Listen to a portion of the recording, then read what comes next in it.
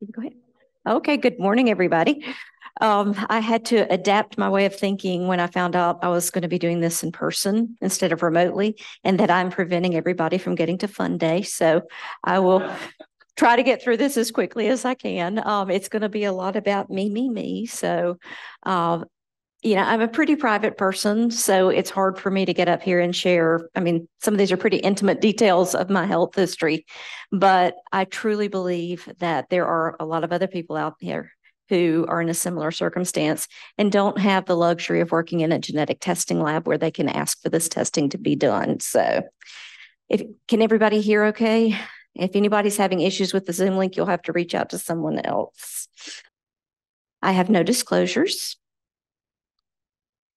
So my objectives in this talk is to discuss the historical classification of single large-scale mitochondrial deletion syndromes, SLSMIDs, to summarize what have typically been described as the characteristics of those, and then just to talk about my story and how hard it has been to finally reach this point in my life and finally have an answer and how important that is for me, because I know that's what we do in genetics. We're part of that diagnostic odyssey, and I've been on the receiving end as well, and just wanted to kind of share some of my thoughts about that. So I'm going to go through my health history, talk about how I got to this point in my life, summarize this deletion syndromes, and then just talk about some of the issues that I encounter on a day-to-day basis living with mitochondrial disease. For those of you, can I make this go away down here or not? There we go. Those of you who are my age, which I realize after hearing about our millennial breakdown a few weeks ago, I realize I'm one of the oldest people here now. Thank goodness for the Cyto Lab. They keep me in the younger age group. Don't tell them I said that. But, when I was little, we would have to go to the neighbor's house to see the slides from their vacation. And I remember how little I could have cared about doing that. It's going to kind of be like when you ask an elderly relative how they're doing and you get the honest answer, which is a litany of all of their ailments. It's going to kind of be like that. So I will apologize for that fact. I have never understood how people can run. And that probably sounds strange, but I see everybody else around me running. And even as a child, I was never able to run. I could do a sprint. I could do a 50-yard dash. But if you asked me in gym class to run laps around the playground, I couldn't do it. I would have to stop and walk because I couldn't catch my breath. My muscles would start burning. I didn't realize what it was at the time, but I just knew I did not feel well at all. So for those of you who jog, every time Race the Helix comes up, I'm like, more power to you. But I can't run. I can walk, although that is becoming more of an issue as time passes. But even in childhood, I remember being aware of the fact that this was different, that other people could run without stopping and it didn't seem to bother them. And it always bothered me. We lived a couple of blocks from the YMCA. And, when I was little, I had a bicycle, and on flat land, I did great. I could pedal, coast. But in order to get to the Y from our house, there was this big hill. This picture really does not do it justice. And I remember that my sister and my friends, if they were with us, they always had to wait for me at the top of the hill because I would be pedaling with all I had, and I would just have to stop, put my feet on the ground, and then keep going again. I was always the shortest person in the class. And the picture I found this weekend, that's our physical fitness award from the Easley Progress in June of 1979. And what I remember about doing the physical fitness test, because we did it several years in a row, but it only counted in the 6th grade, is that I was unable to do the running part. I remember our PE teacher trying to encourage me, and I was just like, I can't do it. I'm gasping for air, couldn't do it. He gave me the award anyway. I guess he just felt sorry for me. But even the things like the pull-ups, I did the bare minimum in the maximum allowed amount of time because it was just really, really hard for me. That bottom picture has always been my least favorite picture ever. And the reason is that was the end of my 5th grade year in school. And I missed 23 days of school that year because I kept getting sick. I had infection after infection after infection. And they went ahead and let me pass on to the sixth grade, even though I technically missed more days than were allowed. And, thinking back, this was the 70s. I never had blood work done growing up as a child. I think maybe my first finger stick to check hemoglobin was when I was in my late teens. Maybe that was more common in other places. I just don't remember that ever happening to us. But I was always very pale. I mean, I looked kind of sickly. I suspect I probably was anemic fairly often. But the summer after my fifth grade year, I got my tonsils out. And for whatever reason, I seemed to do much better. So my teen years, I like to think of as my wonder years or glory days or whatever. I was in church every time the doors opened. I went to school. I even had perfect attendance one year in high school. When I was 16, I got a job at Revco. I worked 24 to 32 hours a week in addition to going to school full time. So I did really well. I mean, I didn't run. I remember when I had to take gym in high school, that was the first time they had really added soccer to the rotation of stuff we did. And I couldn't play soccer because it was running back and forth. And I just simply could not keep up with it. And then I got to college. And at the age of 20, I got mono. And I was pretty sick. In fact, they tried to get me to drop out of school for the semester because of how sick I was. And I declined. I stayed in school. But for those of you, once again, who are old enough to remember the yuppie flu epidemic, this is when I had mono.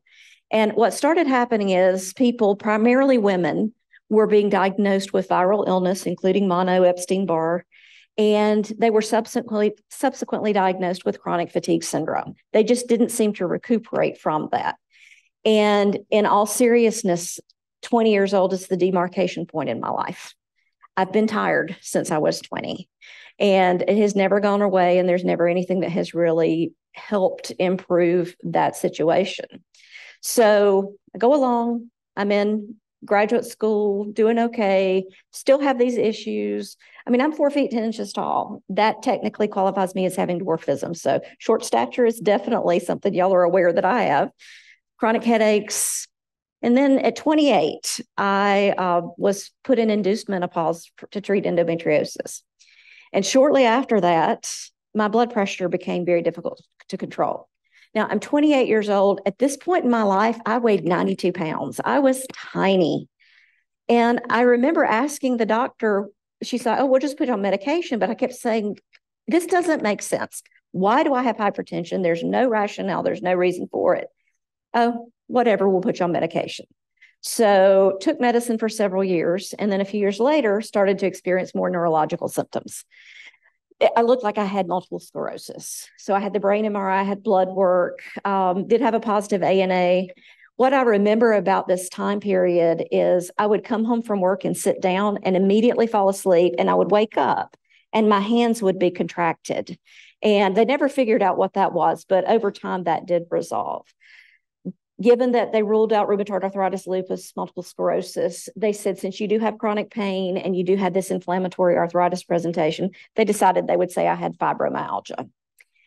So a few more years go by, and, trying to ward off having to have a hysterectomy for my endometriosis. And we do another round of induced menopause, followed shortly by another bout with intractable hypertension.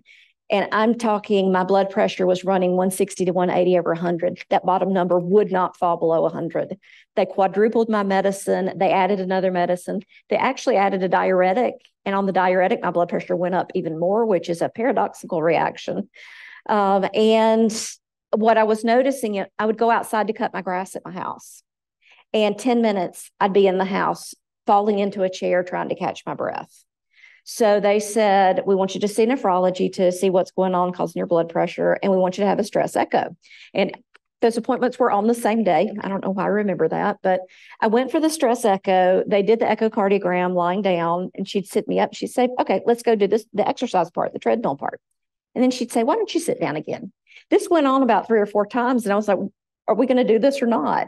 And she said, when you're seated or lying down, your heart rate's 120. Every time you stand up, your heart rate is 180. So my heart was beating 3 times a second. And it's no wonder I was having shortness of breath and chest pain based on that finding. My heart looked good. And I went on to see the nephrologist that afternoon. And he truly believed that I had a pheochromocytoma. And that is an adrenaline secreting tumor. You have adrenaline coursing through your body.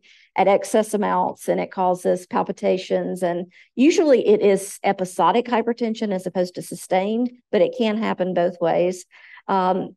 Sweating, headaches, all those sorts of things.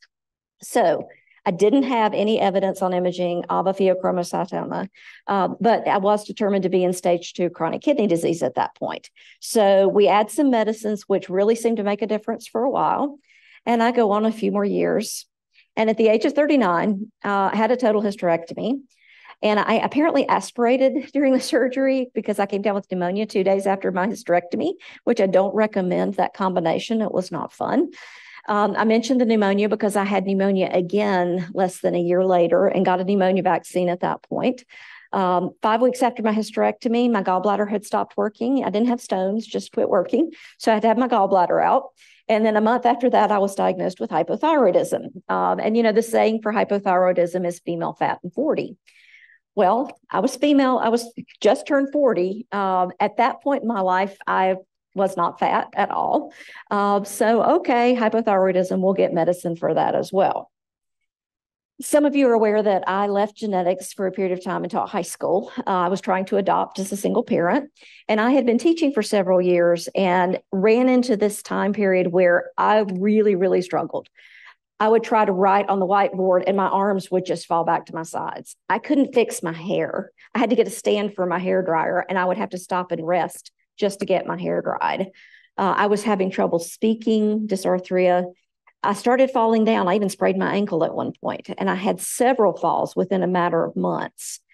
And I used to walk pretty routinely. You know, 4 days a week, I would go for a nice walk in my neighborhood.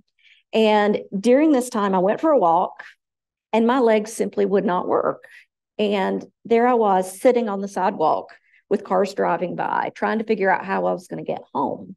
And that was a little frightening when that happened. And I said, okay, we need to figure out what's going on.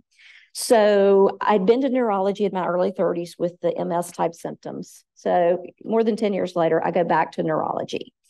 And their first thought was ALS, Lou Gehrig's, which of course was terrifying. Was ruled out by the EMG, thankfully. But they were like, you know, there's something weird going on here. We can't put our finger on it. So they actually sent me to MUSC. And MUSC, they did another EMG, which was essentially normal.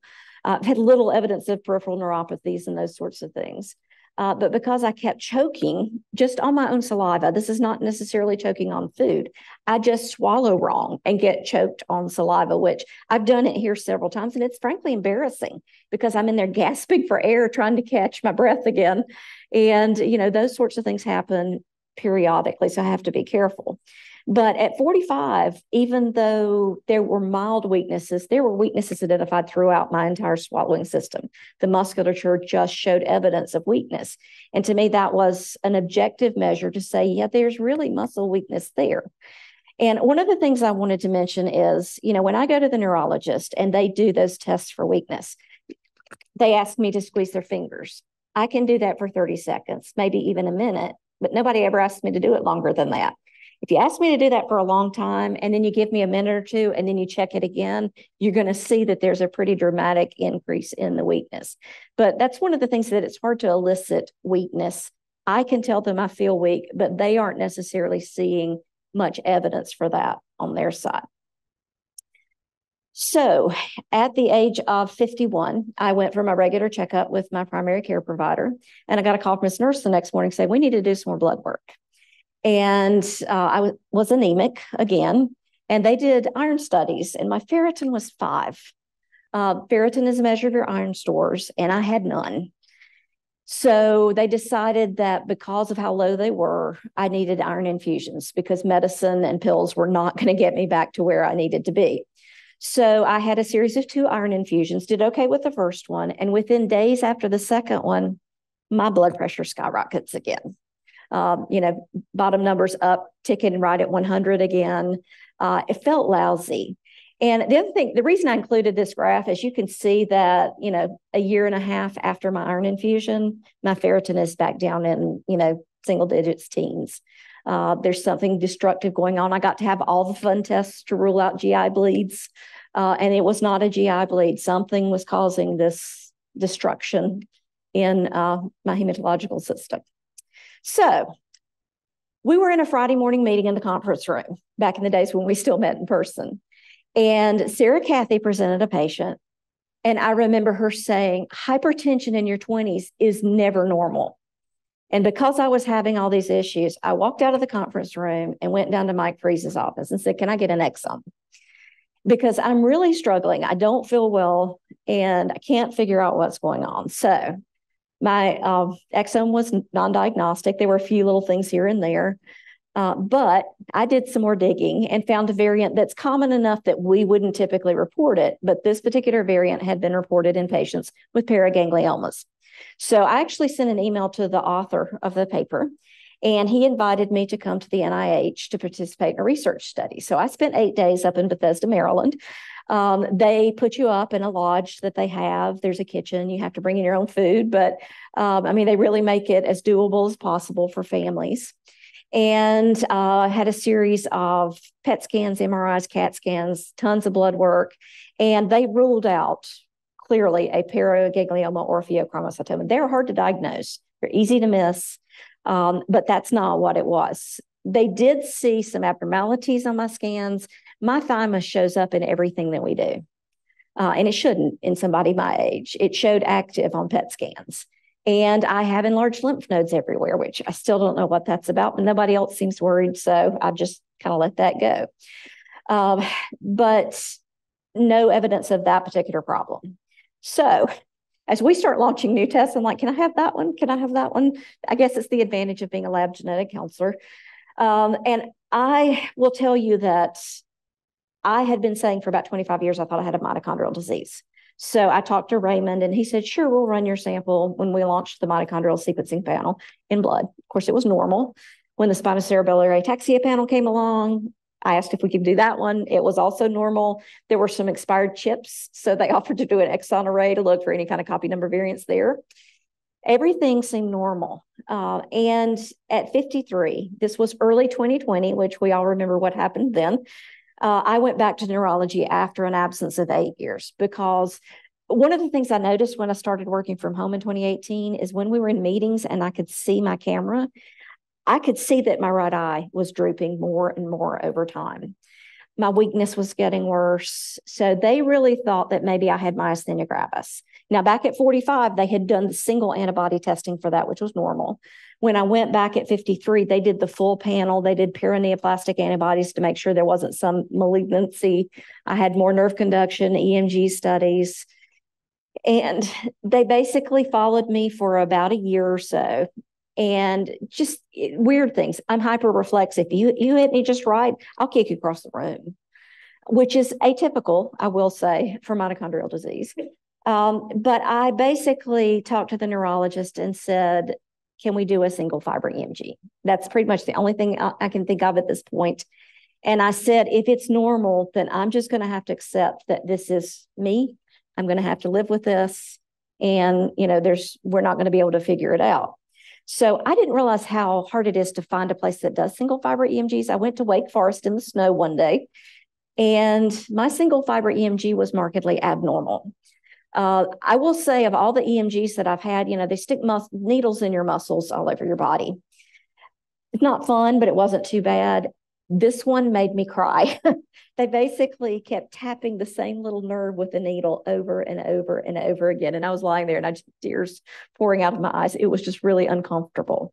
But she was very upfront. She said, you absolutely, abnormal jitter is anything over 10%. Mine was 25. I had a neuromuscular junction abnormality that was identified on this test. So I remember my neurologist sending me a message through my chart, and he said, wow, you have seronegative myasthenia gravis with an exclamation point. Yay. So I will tell you that the emotions that I had that day, I remember driving home from Wake Forest in the snow and just being so relieved that people couldn't say anymore that I was making this stuff up. I wasn't imagining anything. And the other feeling that I had was optimism, because there's treatment for myasthenia gravis. And I thought maybe it's possible that I might actually feel better than I do at this moment in time. So I got started on the mestinon and prednisone and took it for about 4 months. And not only did I not get better, I got worse. During those 4 months, I developed a tremor and just continued to feel weaker and weaker. So at that point, I said, okay, let's go get a second opinion.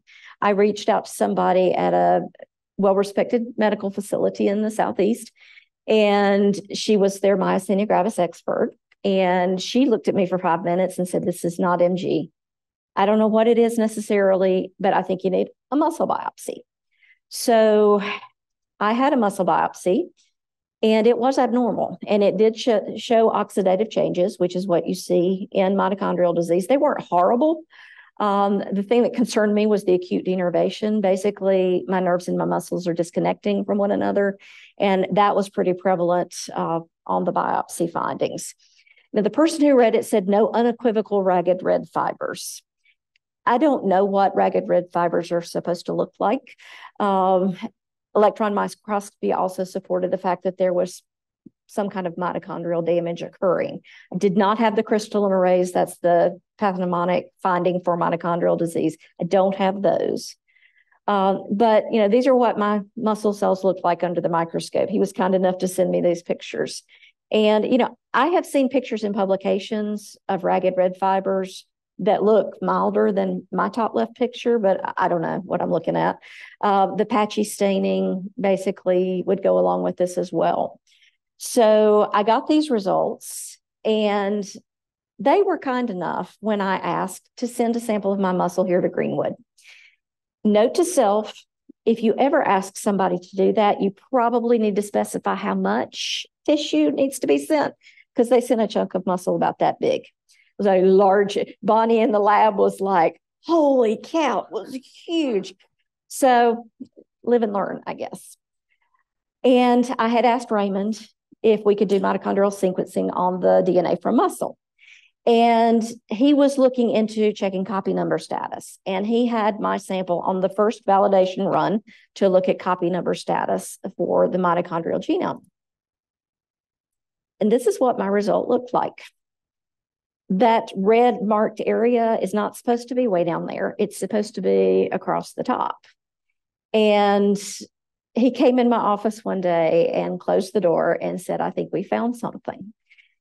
And the labs, Array Lab had to get involved. They did a lot of work trying to figure out what the heteroplasmy was, because on the NGS data for mitochondrial copy number status, what's happening in my case is you have these short pieces that are being preferentially amplified. It actually looked like the heteroplasmy level was about 60%. And I looked at Raymond and said, this is 3/4 of the mitochondrial genome. If it's missing in more than half of my mitochondria, would I be living? And it turns out it was a lower level heteroplasmy, 20 to 25%, but it is a huge deletion. It is 12.8 kb out of 16.6, 3/4 of the mitochondrial genome. And, one of the things I don't know, and I've emailed back and forth with CHOP with some of the questions that I've had in putting this together, is there, like there's cell-to-cell communication, is there mitochondria to mitochondria communication? Is this inherently going to affect the efficiency of my cellular respiration? So had that answer, was glad to have the answer, and then became a patient at the Greenwood Genetic Center in addition to being an employee here. I'll be honest, this is not going to be as much a science talk as it is more of a psychosocial talk. You all know this, the mitochondrial genome is circular, double-stranded, 16.6 kbs. There are hundreds to thousands of mitochondria per cell. Unlike the nuclear genome, which is 95% non-coding, the mitochondrial genome is about 95% coding. There aren't introns. And the mitochondrial genome does have a higher mutation rate than the nuclear genome does. I saw different numbers. I even saw 25-fold increase in one paper. Primary mitochondrial disease is caused by multiple types of inheritance. They can be changes in your nuclear genome, that's your recessive dominant X-linked. They can be changes in your mitochondrial genome, either sequence variants or copy number variants, or these things can occur sporadically. Overall, each individual mitochondrial disease is a very small percentage, but cumulatively, this is a very common type of inborn error of metabolism. The general thought is that childhood onset is more severe and more often to be nuclear in origin, whereas adult onset is more likely to be mitochondrial genome and milder. Please don't confuse primary mitochondrial disease with secondary mitochondrial function. Secondary mitochondrial function is what causes us to age. You see this in Parkinson's and Alzheimer's. It's just over time, your mitochondrial function is going to deteriorate to some extent just based on life and environmental exposures. I included this slide for a specific reason, and that is to illustrate that the first mitochondrial mutation was identified in 1988. I started graduate school for genetic counseling in 1989. This stuff wasn't in my textbooks. We didn't learn, I don't remember learning anything about mitochondrial disease in graduate school. But in the mid-90s or so, I started hearing more about it and seeing more articles about it. And I remember talking to the folks that I worked with up in Asheville. It's like, I really think I might have a mitochondrial disease. Now, to be fair, I attributed it to my family history because I always say I come from a long line of tired people. But I really thought that I had some of these symptoms. And just the breakdown, nuclear DNA is 75%, mitochondrial is about 25%. When I taught biology, I didn't imagine that every time I talked about the mighty mitochondria being the powerhouse of the cell, that it was going to mean so much to me in a few years. Over 90% of the body's energy is produced in your mitochondria in the source of ATP, adenosine triphosphate, which is the energy currency of the cells. And it has numerous roles. It's involved in programmed cell death or apoptosis, amino acid and lipid metabolism, immunity, your reactive oxygen species, your free radicals. And that is why pretty much the only treatments available now are taking antioxidants to try to control those excess free radicals that are generated. Thermogenesis, heme and iron sulfur clusters. I mean, once again, I have something going on with the iron in my body where it keeps getting destroyed. Calcium homeostasis and steroid biosynthesis. About 1 in 4,300 individuals has some type of mitochondrial disease. So it is the category of mitochondrial disease is the most common inborn error of metabolism. But like I said, there are numerous individual types, and some of these we're starting to find are family-specific mutations in genes. So you have one family that has a mutation in a gene that looks like it's a mitochondrial disease. So we're still learning about all these. I mean, this is a new field, even in the sense of genetics. This field's only been around since like 1990-ish or so. I'm not going to belabor this point because I know y'all know these things. Mitochondrial inheritance is where your mom's egg cell carried her mitochondria with it. So all of your mitochondrial genome comes from your mother. So that is why you can't, as a man, pass along a mitochondrial disorder. And this is why sometimes when you're doing a family history and you see all these matrilineal relatives who have issues with fatigue, exercise intolerance, et cetera, that's something to think about. Now, heteroplasmy in sequence variants in the mitochondrial genome is a little bit different than when you're talking about copy number deletions. So heteroplasmy is kind of like mosaicism is the way I always think about it. So homoplasmy means all of your mitochondria have the same genome. There aren't any alterations, or they all have the alteration. Heteroplasmy is a mix of mutant and normal mitochondria. And for sequence variants, there's a threshold. In other words, if you have a pathogenic variant, but it's only at 40% heteroplasmy, you may never cross that threshold into becoming symptomatic. That is not true for deletions. There are patients reported who are symptomatic with 10% heteroplasmy for a deletion. And the other thing I wanted to mention here is they've done studies to try to correlate size of deletion and heteroplasmy to see, like in my case, big deletion, but fairly low heteroplasmy. And they just haven't been able to reach a conclusion about that. Every study seems to come up with a different idea of what's happening in these cases. I had several slides in here talking about the symptoms of mitochondrial disease. Y'all know what the symptoms of mitochondrial disease are. You hear the phrase, any symptom, any organ, any age, which makes it hard to pick up on people who have mitochondrial disease when it can be so nonspecific. Another thing I've read is that, if you have a patient who has involvement of 3 organ systems, then you need to maybe think about, do any of these fit in with mitochondrial disease? And the red flag symptoms are going to vary. I like this one because it was kind of everything inclusive, but there are additional red flag symptoms than what are shown here. I specifically wanted to mention hearing loss because I think about all these patients that we have who have a non-diagnostic hearing loss panel. we really need to think about doing mitochondrial testing in those patients as well.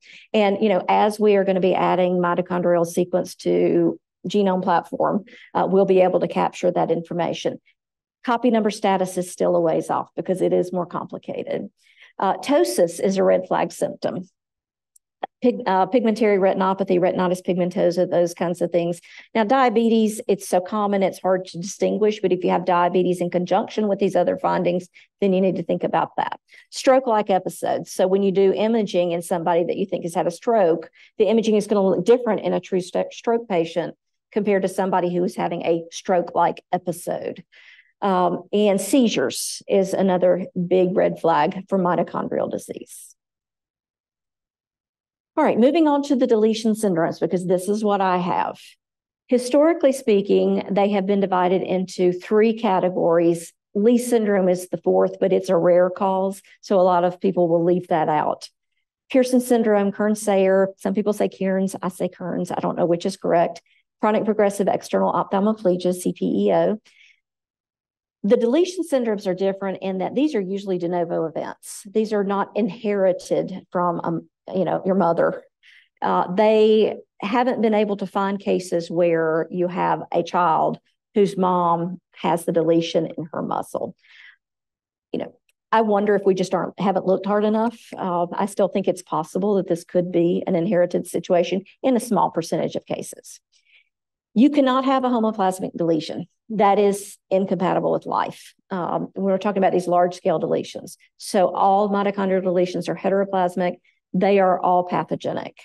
The person that interviewed for one of the molecular director positions was talking about duplications. And I'm like, oh, I hadn't thought about duplications. That particular patient she presented, they called it a VUS, but you have to think maybe that could have an impact on mitochondrial function as well. And that threshold effect doesn't really apply to the deletion syndromes like it does to the mitochondrial sequence changes. Pearson syndrome is generally considered the most severe presentation. It is present in infancy typically, and it is associated with bone marrow failure resulting in sideroblastic anemia. And basically sideroblastic anemia, when you look at bone marrow cells under certain stains, there is like an iron ring around the cells. You treat these patients with frequent transfusions. They are prone to infections, which unfortunately can lead to death in some of these patients. They have all sorts of platelet issues. The exocrine pancreatic dysfunction, that is always listed along with sideroblastic anemia. But the studies have proven that it's only present in about a quarter of patients with Pearson syndrome. So don't think if the patient doesn't have that, they can't have Pearson syndrome. It's fatal in infancy in many cases. For individuals that survive into childhood, in most cases, the anemia will resolve and they won't require subsequent treatment for that. It progresses to Kearns-Sayre, though, in an unknown percentage of cases. I saw a half, I saw a third. I think we just don't know. I would imagine if you have a mitochondrial deletion in, not just your blood, but other tissues in the body, that you probably will become symptomatic at some point. Once again, first described in '89. This is not all that long ago when you're my age, at least. And there was a recent paper that reported additional patients with Pearson syndrome that didn't quite meet the classic phenotype. It was only 5 patients, but one of them actually had prenatal onset of bone marrow failure and at birth had a hemoglobin of 5 and was very, very sick and ultimately passed away in a pretty short period of time. But the other 4 patients were 2 years old before they exhibited the anemia. So it's not always present in infancy. Interestingly enough, one of those 4 patients had a heteroplasmy level of, I think, 35% in blood. So, you would think that it would not be that severe at that low heteroplasmy level. So once again, just an example of we aren't sure what we're dealing with in these cases. The classic triad of Kearns-Sayre syndrome is pigmentary retinopathy, chronic progressive external ophthalmoplegia with onset before age 20, and you have to have one of these additional findings. Now, complete heart block, one of the concerns with Kearns-Sayre is that you can go from a grade 1 AV block to complete heart block in a matter of a month or 2. It can happen very quickly. And if you don't catch it, puts the patient at risk for a sudden cardiac death. One of the things is CSF fluid protein greater than 100. When I had a lumbar puncture at 45, my protein was actually low in my cerebrospinal fluid. So I kind of wonder if maybe over the course of my lifetime, am I depleted in so many things that, my labs don't look quite like other people? I just don't know. So kidney disease is one of the other concerns that you think about with this disorder, multiple endocrinopathies.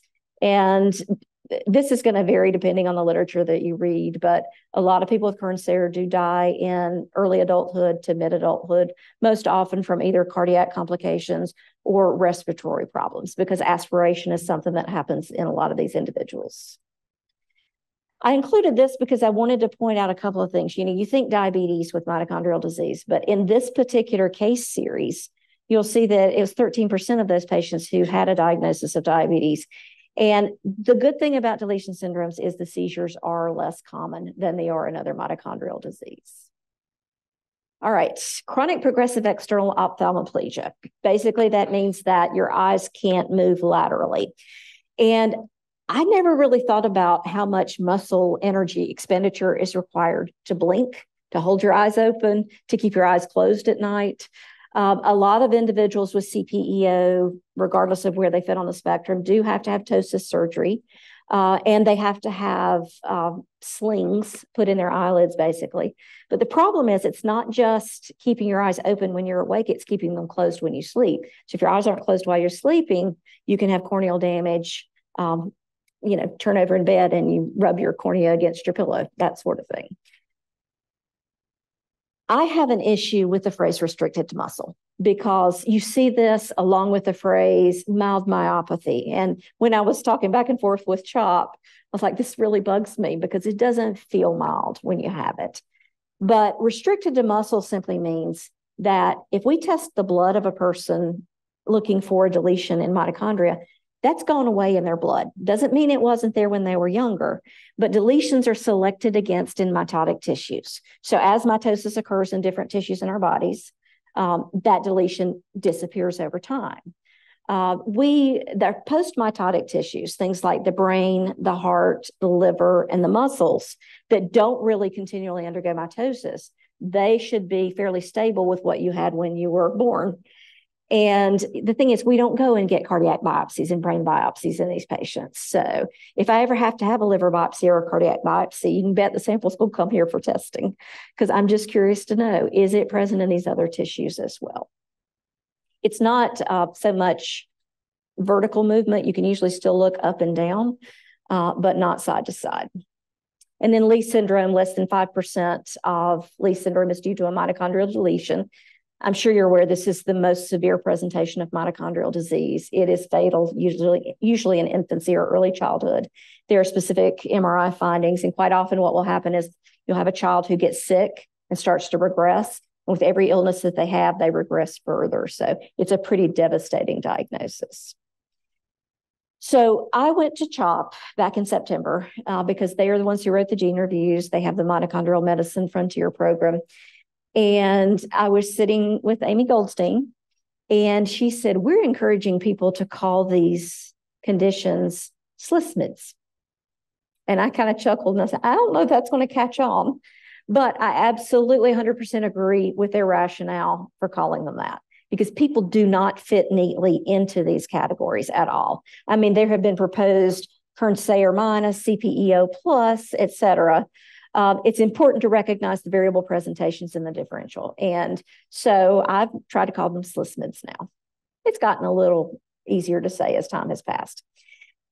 So I put this together just to demonstrate, if you think of Pearson as the most severe and CPEO as the mildest, if you think of it as a continuum where you have discrete presentations that just add up, that doesn't apply to me because until about a year ago, I didn't have CPEO. And it's just now starting, like I struggle a little bit to get my eye to that direction. But you can't say I have CPEO if that's the condition that I don't exhibit yet. But I have lots of these other findings. So, I have ptosis, I have short stature. Unfortunately, my balance is bad enough now that I think it's fair to say I have ataxia. Obviously, the muscle weakness, the exercise intolerance, tons of endocrinopathies. I have lots of those. Fatigue, I'm pre-diabetic. Fortunately, I didn't have intellectual disability, although I certainly am not as smart as I used to be. I have kidney disease. I've been spared cardiomyopathy up to this point, at least. So one of the most important things I want you to think about is don't try to make people fit into those three groups, those three categories, because most people are not going to fit neatly into those groups. So SLSMIDs, it is. Once again, I'm sorry to bombard you with my history, but this is my current list of diagnoses, and it's a pretty long list. And, I've been going to the doctor for a long time now saying something was wrong. And I look at this list and I think, there's enough objective information on here to say that something is causing these features. I can't say that every single one of them are due to my mitochondrial deletion, but I suspect that the vast majority are. The reason that vertigo, which you can't see, and hearing loss are bold printed, is a few weeks ago, I had my first bout with vertigo. I got up on a Tuesday morning, like, okay, this is not right. Fed the cats, sent Kelly a Teams message. I've got vertigo, but I think I'm going to be okay. About 15 minutes later, I think I texted her and said, I'm so sick, I'm out. I laid on my bathroom floor for 3 hours before I finally called for help because I couldn't get up. I threw up every time I moved, deathly ill. Not a fun experience. I can deal with most things. Throwing up is not one of them. So that was Tuesday. And Sunday morning, I remember waking up at some point in the night Saturday, and somebody was whistling in my right ear. That's exactly what I would describe it as. And then when I woke up Sunday morning, I had hearing loss overnight. And I will tell you that this has shaken me up a little bit because I didn't realize that you could have overnight hearing loss. And to me, it's further indication of an acceleration of what's going on with me. I know the doctor that I went to the next day, she's like, oh, it's probably those rocks, those crystals moving around. There was no evidence of that. They did the Epley maneuver. I didn't have nystagmus, none of that. So my concern, of course, is there some kind of denervation or something happening in my cochlea, inner ear, something like that? I did get put on prednisone. I just finished that Monday, and I did have some recovery of hearing. But now, best way I can describe it is it's like there's a train in the distance, and you hear that loud, soft cycle, and it's constant. It's constant. So, if I do have significant hearing loss down the road, I can't get cochlear implants. But it's just, I remember my stepfather, how isolated he was with hearing loss. And fortunately, there's some things that hopefully will prevent that from being a complete issue down the road. Okay, I take 19 pills a day. And I took this picture to show you CoQ10 pills, those big red horse pills. This makes me nauseated to look at. It is so hard for me to swallow those pills. And I think about these kids who are expected to take these. I don't know how they do it. I know there are some powder forms. I've tried some of those. They're not soluble at all. But I just can't keep swallowing these. One of the things I've noticed over the years is that my palate has kind of fallen down. And, the back of your throat is supposed to orient things so they will go down correctly. Mine does not work well. And I can tell you, if you swallow one of these and it goes down sideways, it will get stuck. And that is a panicky type feeling when that happens. Now, clearly, these are not all the mitochondrial cocktail. The vitamins are, I take 5 blood pressure pills a day because my thyroid bit the dust. I take Synthroid. My reflux is horrible. And I've had reflux since I was thinner in years past. And basically, it has reached the point where on occasion, that esophageal sphincter will just open up and I will have acid flood up into my throat. And there's not much that will make that go away. You can drink a bottle of Mylanta and it still burns and hurts. And so, I'm an old lady, so I take a probiotic because I'm supposed to. Okay. Now, I really hesitated about including this slide, but I thought it was illustrative of something that I wanted to point out. When I was little, my mom used to tell me how people would stop her and talk about my big brown eyes. I think the picture with my dad and my sister, and I had really large round eyes. But if you look across the bottom, you can see that by adolescence, I had ptosis to some extent, at least relative to what my eyes looked like before. And you're free to disagree with me and argue with me. That's okay. But I look back at my pictures and think, yeah, I'm looking up and my eyes are still a little bit hooded. It has only become a problem recently. I did go to the neuro-ophthalmologist at Emory, and she said, probably going to need surgery some point. Have had several people tell me, you look tired. I'm like, well, thank you. I look tired because I am tired, but I also have this going on. But once again, I look back over my life and I really think I've been symptomatic my whole life in some respects. And you can also question my fashion choices and witness what life was like before flat irons were invented. So I haven't had a normal EKG since I was in my 20s. I've had right bundle branch block, grade 1 AV block shows up every time. Lately, I've had low voltage, flat T waves. There's some evidence that maybe I'm having AFib. And whereas in years past, I had tachycardia and my heart rate's really high. So they're giving me all this medicine to keep my heart rate down. In the last year, I'm having episodes of bradycardia. So my heart rate's actually slower than it should be. And that is something that we have to keep an eye on. And last November, I went to the hospital on a Thursday morning and I got an implantable loop recorder. And I honestly think this is a pretty miraculous device. It's about a third of the size of a AAA battery. And they just slipped it under my skin and it sends signals to my phone. There's an app for that. And it's not real time in the sense that if you go into AFib, you're going to get a warning that you're in AFib or something like that. They review the data monthly and then send you a letter stating, no problem seen. So the hope here is that the battery is good for 5 years. If I start having bradycardia episodes or AFib or anything like that, then they'll need to give me a pacemaker.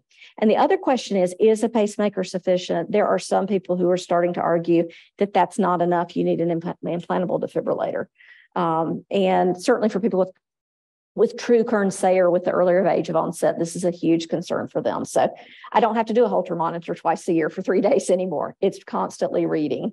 Not a cheap piece of equipment, I will say. I think it wound up being about $23,000 for the device itself. So, but well worth it to me.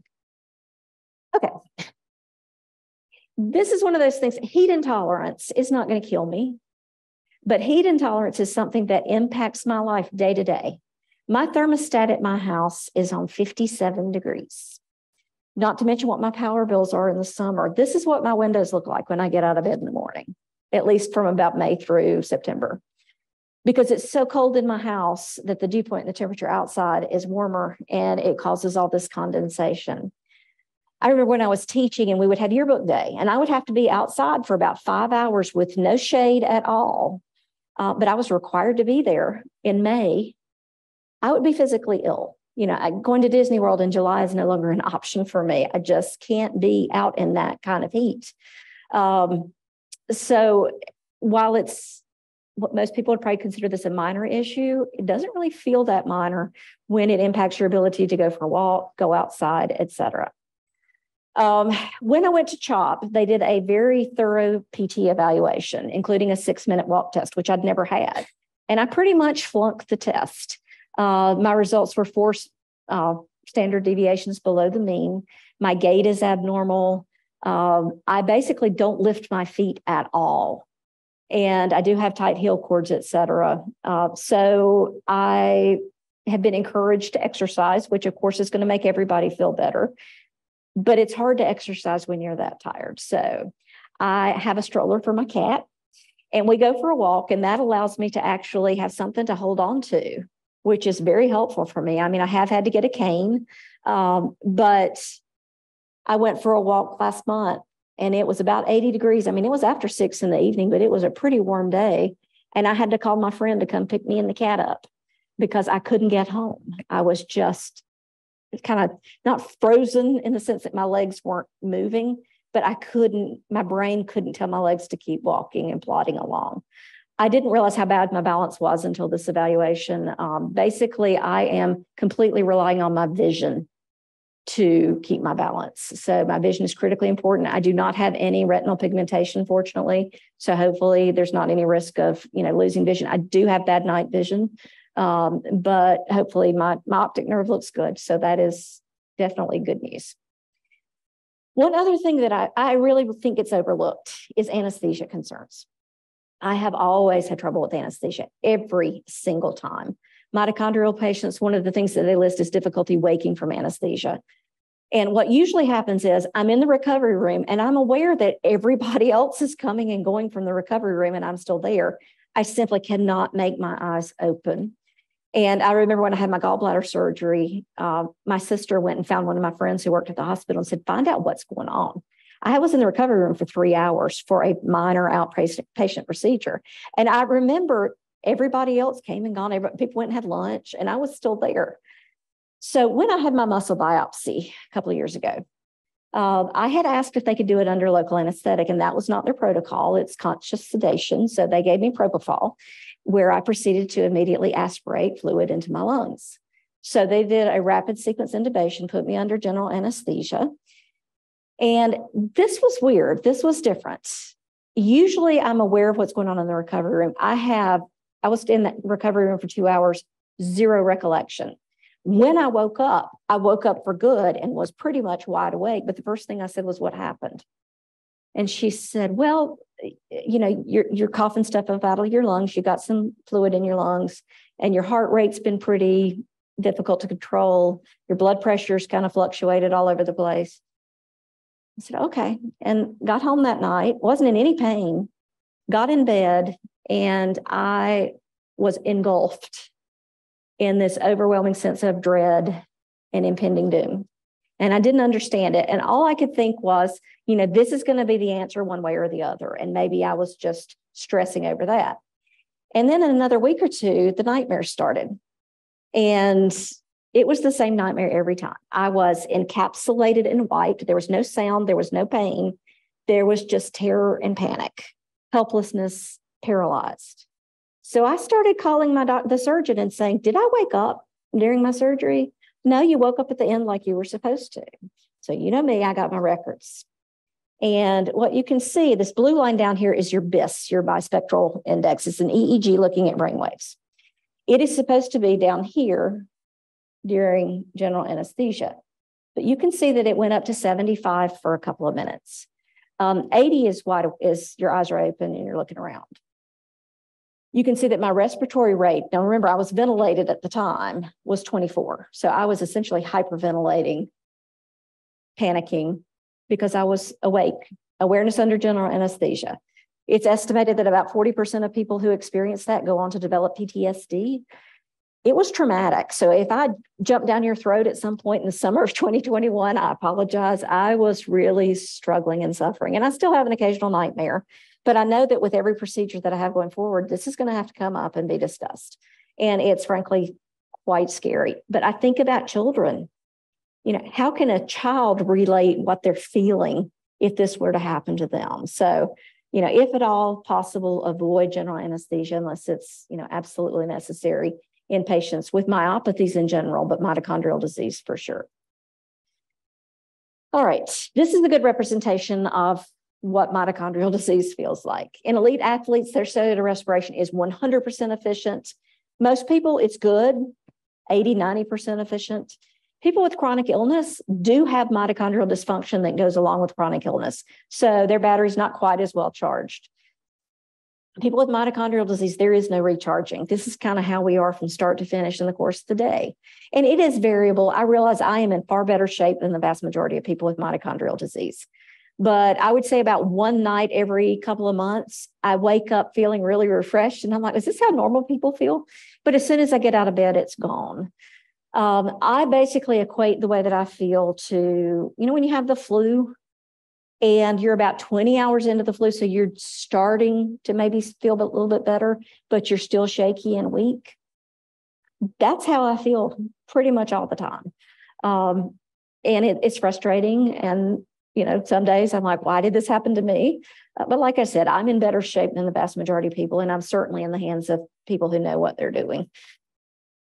Just briefly wanted to mention, there was an article done a couple of years ago looking at what symptoms would encourage a mitochondrial disease patient to participate in a clinical trial. These patients reported an average of 16 symptoms, with muscle weakness, chronic fatigue, and exercise intolerance being present in 100% of the patients who reported. And people don't think about exercise intolerance as being a big deal. But when you can't go for a walk because you can't catch your breath or your muscles start burning, it's a problem. But I found it interesting. If you look at the C table, The third thing down is tinnitus. So that's not going to kill you either, but it sure is frustrating to have to live with that constant ringing in your ears. Mine is not constant, but that roaring sound is always there. So it was interesting. The other thing I thought was interesting was retinal problems are way down here. So maybe retinal problems aren't as common as we thought they were. And then finally, the Diagnostic Odyssey. That's what we do in genetics, is the Diagnostic Odyssey, trying to get answers for patients. This was a survey of 210 patients. It took an average of 8 physicians to reach a diagnosis. One of their primary goals in this study was to figure out the length of time from symptom to diagnosis. And for whatever reason, they failed to elicit that information in the survey. But the other thing they asked is, how many misdiagnoses have you gotten? And I highlighted the ones that I had that were incorrect as well. So basically, over the course of my life, I've had 8 different neurologists, 5 cardiologists. I actually have 3 right now, 1 for my blood pressure, 1 for my rhythm issues, and then the mitochondrial person at MUSC who just kind of sees me periodically. Like I said, I have not had evidence of cardiomyopathy so far. Lots of MRIs. I'm going to have another one for my ear issue. And then a whole team of people who are trying to keep me as healthy as possible, including the great folks here at Greenwood. These are some things that doctors have said to me over the years. This one almost got him smacked. Any guesses what specialty this was? No? Endocrinology, as was this one. You know, fat and out of shape. Yes, I'm fat, I'm out of shape, I'm deconditioned, and that's a problem because it's kind of a vicious cycle. When you get tired when you exercise, you know, then you get more and more increasingly out of shape. I don't know anything about what you have, so what do you need me to do? You'd be surprised how often I hear something along these lines. People don't know mitochondrial disease. And while as a genetic counselor, my job, my role is to educate people about inherited disorders, I'm tired of having to be my own clinician. And I have been my own clinician. I would not have this diagnosis if I hadn't pushed and pushed and pushed and had the good fortune of working in a genetics lab. You can't have mitochondrial disease if your muscle MRI is normal. Yeah, you can. I have had flank pain for years that nobody can figure out. And the nephrologist said, oh, kidneys don't really have nerves, so they shouldn't be causing you pain. Okay. Ophthalmology. If you don't think it's myasthenia gravis, then you need to go home and do an ice pack test. This says may well be an affective component. This is the one that hurts. This is the one that has cost me sleep. Finding out that there's a reason for these symptoms that I've had means more to me than I can express, you know, and I know you've heard it from families. You're hearing it from a genetic counselor with a genetic disorder. It means that I'm not just lazy. I'm not imagining things. It's not in my head. It's not just my nerves. I'm not just high strung. I'm not a malingerer or a hypochondriac. It's real. This was the neurologist at 45. And he was a quack. I'll just tell you, he fortunately doesn't practice anymore. I mean, he billed my insurance for tests he didn't do. It was just a bad situation. But I really feel for these people who have maybe been told you're just imagining things. Because like I said, the weakness is sometimes hard to elicit in just your standard neurological bedside tests. They're working on some electrophysiological tests to, you know, measure breathing and oxygen consumption and all that sort of thing. But I think we are missing people who have these disorders. So finally, single large-scale mitochondrial deletion SLSMIDs are always heteroplasmic.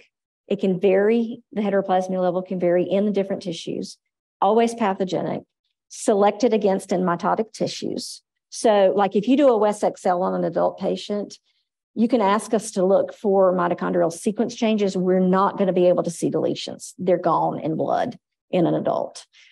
We actually went back and looked at my skin and my blood, and you couldn't see it in either of those. And because the heteroplasmy is low, you can't see it even on genome from the muscle tissue. MLPA used to be the test that was done, that or microarray. And MLPA was normal for me, which of course created quite headaches in the lab because they had just told me I had this and they were like, oh, the MLPA is normal. It can't detect below 40%. So a patient who's had MLPA or array in the past, maybe see if that sample's still available and run it on NextGen, because NextGen is far better capable of identifying these deletions. You hear about these free tests where you can do mitochondrial testing in urine. CHOP so far is the only lab that's even trying to do this. And my understanding from what they told me is they have yet to be able to identify it in urine. It's just so fragmented in an adult that you're just not going to see it. I think there are 3 groups of patients that we need to think about testing for mitochondrial deletions. Clearly, seronegative myasthenia gravis patients. That's probably one of the most common misdiagnoses.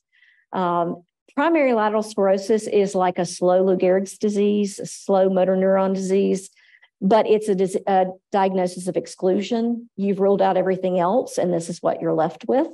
I have read some of these case reports on these people, and a lot of them sound just like me. And then finally, and this one, I'm going out on a limb here. You don't hear a lot about hypertension and mitochondrial disease. Now, there are some sequence variants, and the condition is called maternally inherited hypertension.